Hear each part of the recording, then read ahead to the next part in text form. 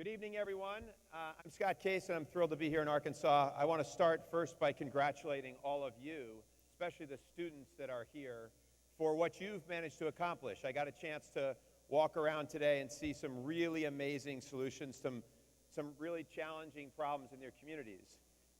So much so that I actually want to start off by kind of getting everybody out of their seats, which won't come as a surprise to people who know me well. So, if you are in kindergarten to 5th grade, would you please stand up and make some noise?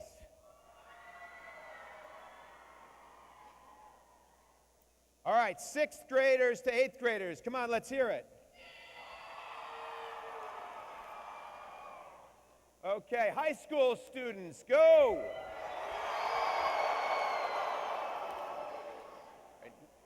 Now, to you K through 5th graders, you want to try again? Let's go. That was better. All right, last group. All the old people in the room. Bring it on now. Okay, all the students, give it back to them. You guys are awesome, and that's what this is all about. You have really stepped up in a big way, and when I think about my own life experiences, I can tell you that the type of learning that you're engaged in is what's going to set you apart and really drive the talent for our country. As we're talking here, I have a little assignment for you. So those of you who have mobile phones of any kind or mobile devices, iPads, iPods, Androids, whatever the tool of the day is, what I'd like you to do is I'd like you to tweet something right now. What I want you to do is I want you to tweet the end of this sentence. And I think the hashtag's up there. EastCon 2013. I love EastCon 2013 because. Make sure you use the hashtag. And I want as our goal to see if we can blow up Twitter. Because they haven't been blown up in a while, and why not tonight? So try to blow up Twitter. I love EastCon 2013 because. And while you guys do that, I'm going to yap a little bit about me. So when I was in high school, I had this brilliant idea that I was going to start my own lawn cutting business. And I thought I was really smart. I spent the summer, I hijacked my father's lawnmower. I went around the community and I got a few lawn cutting assignments. And I might have put together maybe $500 or $1,000 that summer cutting people's grass. Now I can tell you, I did not like cutting grass. It was like my least favorite thing to do, but I was able to make some money, and I thought I was really smart. So I get back to high school. I must have been a sophomore in high school at the time, and I met up with my buddy John, and I asked him how his summer was. He said, it was great. I made a little bit of money. And I said, oh, me too. And I told him all about how I had gotten my dad's lawnmower, and I'd gone out and I'd started cutting grass and the money that I made. He said, oh, yeah, I got into that business too. I said, oh, tell me more about it. And he said, well, I went out and I borrowed a little bit of money and I bought some heavy-duty equipment, and then I hired some people to work for me, and we went around, and he didn't have a driver's license, mind you, so he hired some people to work for him to cut the grass for him while he went out and got accounts, and he managed to get somebody to drive him, and he had made something like 10 times the amount of money that I made doing the same thing over the summer. And it was then that I learned that one of the key lessons to building companies was to figure out how to build a team and go for scale. And I'm going to come back to that theme in a minute, but my own experience kind of led me to do a series of different things. I started another company when I was in high school that was much more scalable, connecting computers together at a time when computers didn't talk to each other. I started a company in college, worked on general aviation. I started with a college professor. We built a flight simulator that ran on a personal computer at the time, started that company up. And I learned a few key lessons along the way. One of them was that I really wanted to become much better at how to tell stories, become a marketer. And I got introduced to a guy who became a really close friend of mine. His name was Jay Walker. And Jay and he interviewed me. And during the interview process, he said something really powerful. And so it's one takeaway I want you to take tonight. He said, Scott, you don't get to choose many things in this life. You don't get to choose where you were born. You don't get to choose who your parents are. You don't get to choose your siblings. you almost really don't even get to choose your friends, but you get to choose what you work on, how you spend and invest your time. And he said, Scott, small ideas take just as much effort and energy as big ideas. So if you're going to spend your time on something, choose to spend your time on big ideas. Solve big problems. Focus on big solutions. Don't just settle for the small ones. Well, Jay and I went on to work together, and we started a company together called Priceline.com. Jay was the founder. I was part of the founding team. We went from $0 in sales to $1 billion in sales in 24 months. So for those of you who are juniors, imagine starting your junior year, and by your senior year, you've driven $1 billion in revenue. Now, that's pretty cool and very exciting. It was also incredibly terrifying. At the time, I think I was about 28 years old, and candidly, I really had no idea what we were doing, but we were working really, really hard, and we were building a company in the early stages of the internet, and we built something that worked. It was then that I realized kind of the big sort of second lesson in my life that I really want to share with you all. And I want you to think about how this applies as you move on to your next thing. So when I left Priceline, I was reflecting on this notion of solve big problems, focus on big ideas. And that's kind of how I've spent my life. I started a company and have scaled a company called Network for Good that's helped over 50,000 nonprofits raise almost $1 billion online, small and mid-sized nonprofits all around the country. I spent about 4.5 years working on ending malaria deaths in Africa, where right now a child dies about every minute. When we started the project, it was twice that rate, so about 1 million kids were dying every year. And so as I reflect on that, I started to think about some of the challenges in those big ideas. So I want to give you one test that you can use. I'll move to the other side here. So here's your test. And it's really challenging. It's both inspiring and troubling. So a part of the test is, actually it comes from my wife. She gave me a block of aluminum a couple of years ago, maybe about 5 years ago now. And it has a modified quote from a guy named Pastor Schuller. And the quote goes like this: what would you attempt to do if you knew you could not fail? I'm going to say it again. What would you attempt to do if you knew you could not fail? And what makes that a challenging statement and a challenging test and an inspiring one? The challenging side is that the whole focus on what you attempt to do is fascinating because it implies that you might not get there. It might not work. You might fail at it.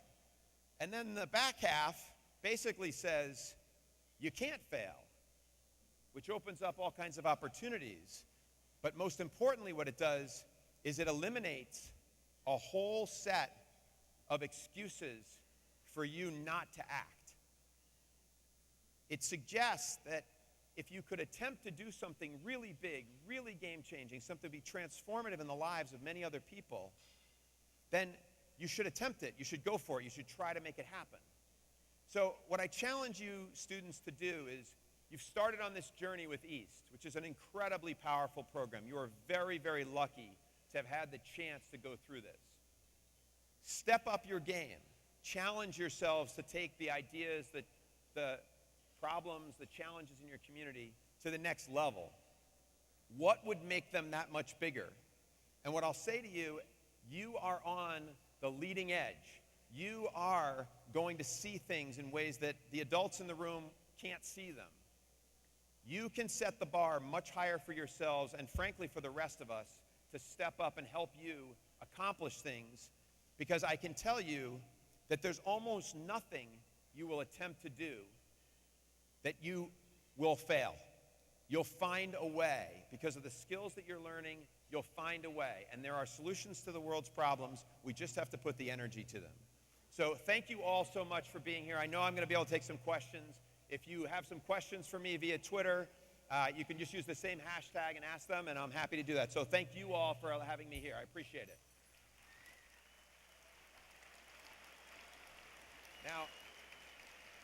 I'm looking for Blaine. No? There's Blaine. Blaine, come on up here. Let's everybody a round of applause for Blaine, okay? All right, for real, an applause for Blaine. Come on. That's better. All right. Did we blow up Twitter? We did blow up Twitter. Oh, good. All right, good. Okay. Who knows? Hello? We good? We're good. Okay. Why do you do what you do? Why do I do what I do? I blame my parents. How's that? So I had a father who was an engineer. He was a computer guy. He worked at a big company called Controlled Data Corporation. And he introduced technology and engineering problem solving into my life at a very early age. And my mom really taught me an incredibly valuable lesson, which was when you give and you help other people, when you give of yourselves, you get way more in return. And so I've spent my whole life using that problem-solving engineering skills and trying to invest in other people and helping them do what they do. And I can tell you that the payoff has been incredible for me. What attribute should an East student exhibit in order to be successful in the real world? How do you use East as a tool to do this? So let's walk. Come on. This is going to be an active thing, okay? So East, one of the things that I think is really important is your problem-solving skills. So we did a little session, a little breakout session earlier today. What I'd say is use the steps and the process that you're going through at East and think about how the challenges that you're posing for yourselves that you want to tackle, and then think of the biggest possible set of those challenges, and then focus on what those possible solutions are, because that's the process of creating successful companies. The most successful companies in the world identify a very specific challenge or problem and solve it. Now, the trick to creating wealth is to understand how you do that in a way that other people are willing to pay you to do it. So think about, that's basically developing a business model for your business. And so what I would suggest, I saw a lot of really powerful service projects here. But what I challenge all of you to do when you think about your projects for next year, or even the ones you have now, think about how you could create a business model around them. Who might pay you to solve that problem? Because that's how you create real businesses, and that's how you create real wealth. What helped you get your start? What helped me get my start? I was lucky. I was born into a good family where I had parents who cared about me. We live in America, so you all have that lottery ticket that you get to. And I got a good education. I was in a place where I was able to learn. I was challenged by my teachers. I was also challenging to my teachers, so I spent quite a bit of time with the principal sometimes. It turns out, by the way, for the parents in the room, give me a round of applause for parents.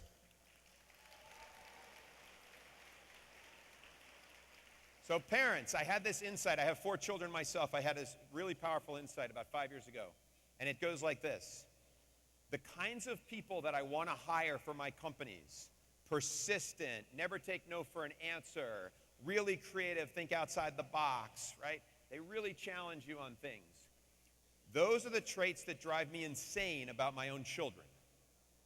So when you get frustrated about that kid who's going at you over and over and over again and challenging you when you've said no to whatever it is and they keep at it anyway, remember that's the head of sales of some of the largest companies in the world, okay? So that's, for me, that nurturing piece is kind of where I got. What motivates you? Other people. The thing that I'd say is most important for you, that's a great question. The thing that I'd say is most important as you think about developing as people, and this goes for everybody in the room, the most powerful asset to help you get to where you want to go is the people around you. It's the other relationships that you have, and you want to connect with those people early and often. So if you have an idea you're trying to focus on, get those people engaged early. Figure out a way to share your idea with as many people as you can, because the more engaged they are early, the more likely they're to help you down the line. In fact, I'll give everybody, let's go this way. I'm going to give everybody a homework assignment, because you're all from all over multiple states, right? So here's what I want you guys to do. Before the conference is over, I want everybody in the room to meet 3 people you do not already know. Okay? 3 people you don't already know. All right, you guys all game for that? Who's game? 3 people, okay? Let's do it. Come on. Do we have time? Keep going then. Okay. If you got more questions, let's go. Let's do. The 3 best principles that make a successful entrepreneur in startups are talent. Building a great team around you. That doesn't necessarily mean the people that are working on your business, but build a great team around you from the very beginning. So talent is 1. Persistence. Keep banging away at the challenges that you face, the obstacles that you face. It's critical for you to work through those things. And I guess the final piece of it is think big about what it is that you're working on. I know I've said that a few times. If there's one thing to take away from this, think really, really big. In fact, the launch of Startup Arkansas happens tomorrow, and the theory and the theme behind Startup Arkansas is all about thinking big, and it's Think Big Arkansas. So think big is sort of a key theme. how do I know if my project would be a viable business? That's a really great question. So a lot of things that we do at Startup America, where I'm the CEO, we focus on helping companies grow their businesses. And one of the things that we do is we spend a lot of time helping connect them in communities. It's one of the reasons why I've suggested you network with people around you, because the power of those connections is really key. And here's why. If you want to know if your idea is a good idea, validate it against your customers. Talk to the people who you think are going to pay you for what you want to do. So one of the things we spend a lot of time in at Startup America is we work with startup communities, find all the startups that are there, connect them to each other as a way to start to test their ideas against each other. Because the only way for you to find out whether your idea is worth anything or not is to validate it against other people who ultimately could pay you for what it is that you want to do. How do students get involved in your business? How do students get involved in Startup America? So your number one thing, anybody here is from Arkansas? Visit, who's from Arkansas? Let's hear it. There's something about bringing hogs out. What's that? How does that go? That's what I was waiting for. Okay. So anybody? Wow, that was good. It's not going to stop now, is it? Okay. Maybe we're done. Is there one more time?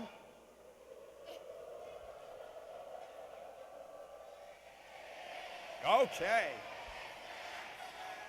Woo! So, you guys are in Arkansas, visit startuparkansas.com.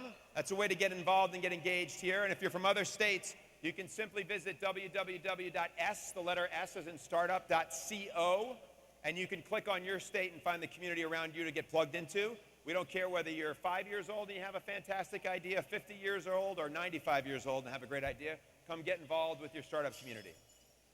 Then you broke Twitter, so. I broke Twitter. That was the end of it, huh? Well, very good. Well, thank you, Blaine. Thank you all very much. I'm thrilled to be here. Thanks. Scott, thank you so much for coming, for visiting, for seeing.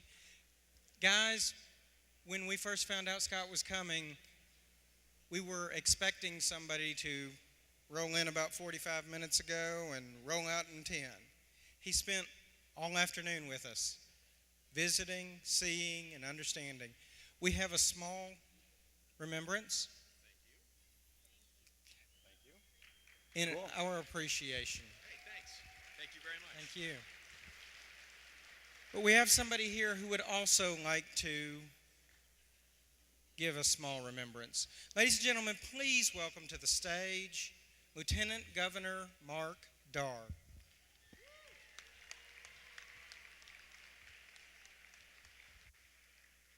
Need your mic. How are y'all doing? Thank you so much for being here. I couldn't agree more with what you just said. I had a conversation earlier, and it was such a refreshing difference to be around someone who's successful but also still humble. And so thank you so much for coming, sharing your wisdom with the group and with our state. And in Arkansas, we have a tradition. When somebody comes to Arkansas, other than calling the hogs, which if you call it, you got to finish it, but rather than just calling the hogs, we have an Arkansas Traveler Award that we give. And it's somebody who comes who may not be from our state, but where you go back from, that you take stories of Arkansas. And so, as Lieutenant Governor, I'm honored to present you the Arkansas Traveler Award. Thank you. All right. Thank you. And one more. I'll take this one. This is actually our Lieutenant Governor's Award, and it's an Arkansas Natural. Arkansas is known as the natural state, and so you are naturally a successful person. And so thank you for sharing your wisdom with this group, and I'm just honored that you're here. I am jealous of your shoes, and it's part of the deal, and I think we would get a lot more work done at the Capitol if we wore stuff like that. Thank you very much.